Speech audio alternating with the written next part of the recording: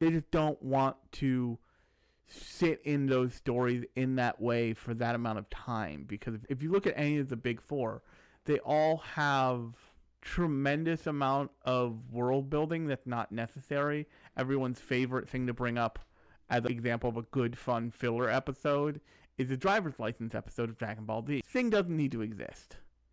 But it's so fun that it's additive to the world, and it feels like an acknowledgement of the basic truth of these guys are not normal. They're not interacting with the rest of the world. They're interacting as little as possible. So when Goku and a giant green slug man show up and need to get driver's licenses, it gets weird because it just gets weird because they're not going to the grocery store every day kind of thing.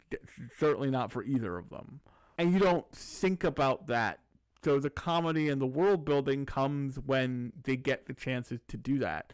In the Dragon Ball world, people are much closer to the person like Krillin is, or Hercule, aka Mr. Satan, is. The reality of the Dragon Ball world is that Krillin, the guy who gets annihilated all the time in that show, hilariously lampooned by Dragon Ball Abridged, is actually probably the strongest human being on Earth. Sit with that a second. The little bald guy is just the strongest human. Everybody else is something else. He can stand on the same stage as the rest of them.